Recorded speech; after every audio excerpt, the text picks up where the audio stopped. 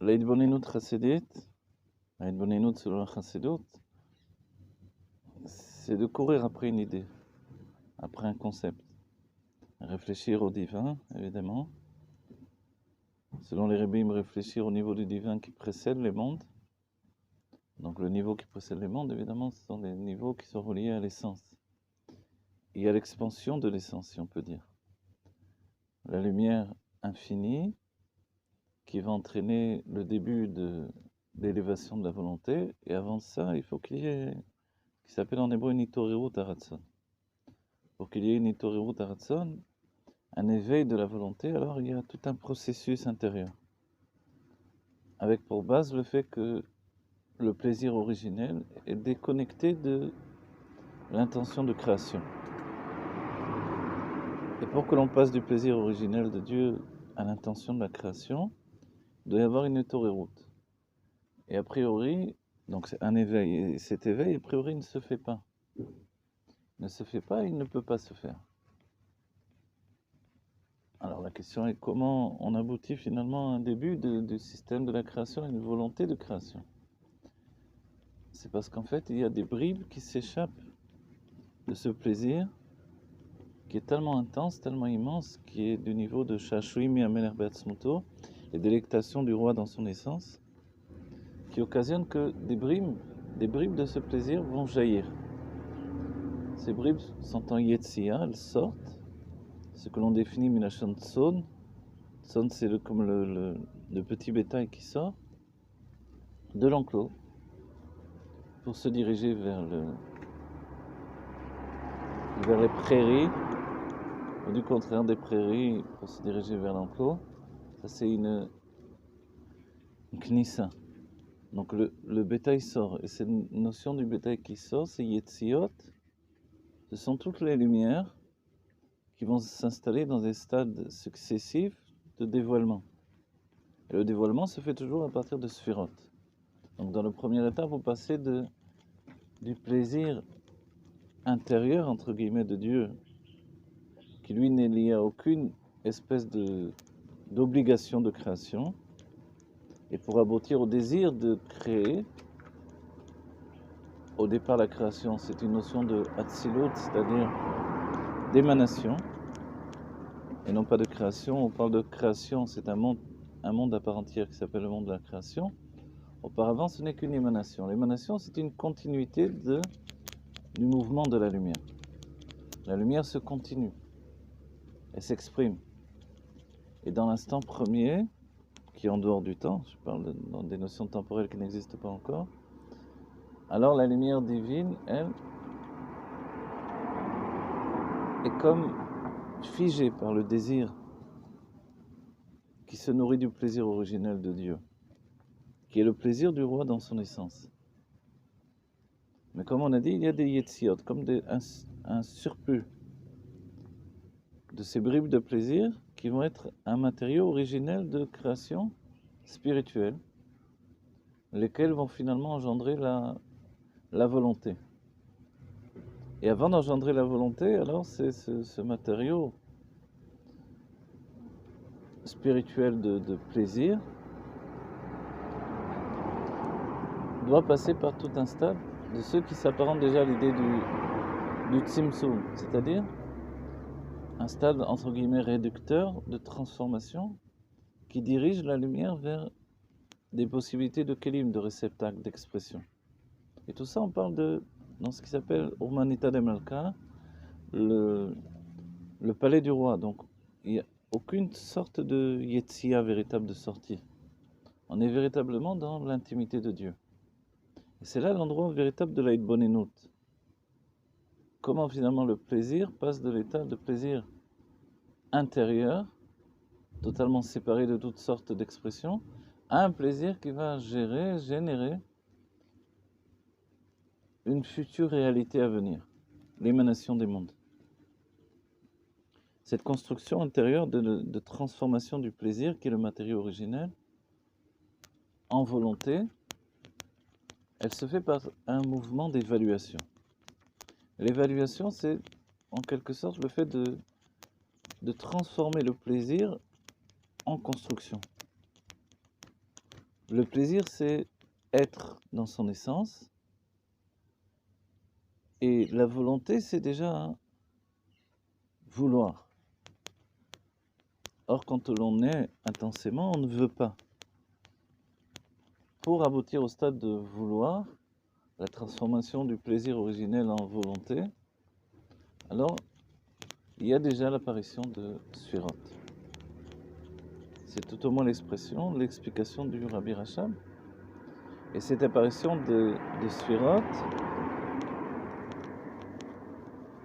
c'est la transformation, entre guillemets, si on peut dire, sans qu'il y ait réellement de différenciation, puisque tout se passe au sein même de l'essence.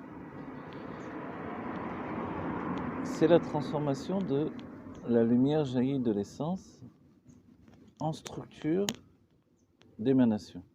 La structure d'émanation, c'est ce qui va aboutir au monde de Hatzilut, le monde de l'émanation, lequel, par sa malchoute, va pouvoir entraîner les mondes de la séparation. Et là, la Yetzia, la sortie dont on a parlé, du plaisir, va être jusqu'au bout, jusqu'à générer des mondes qui peuvent être l'opposé du plaisir divin. Et l'opposé du plaisir divin, c'est le plaisir matériel, qui devient un plaisir de substitution. La substitution du plaisir matériel par rapport au plaisir originel, c'est tout l'enjeu de notre venue dans ce monde.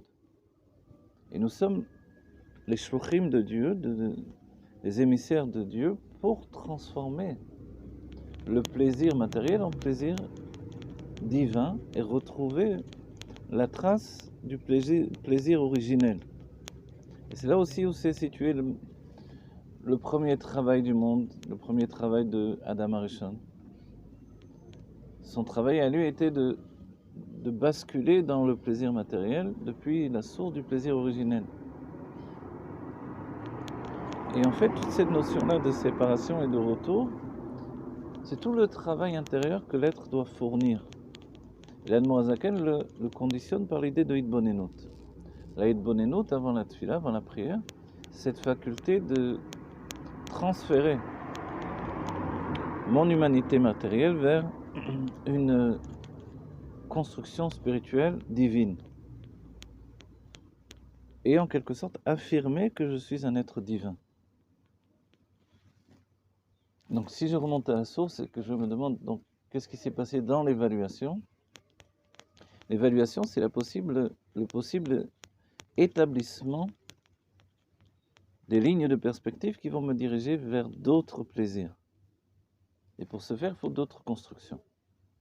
Et les constructions passent par les sphérotes. En chadash mitachat hashemesh, il n'y a rien de nouveau sous le soleil. Le soleil, c'est en fait Zeranpin, mais c'est aussi la construction originelle, laquelle va se perpétuer par une sorte de recopie continue.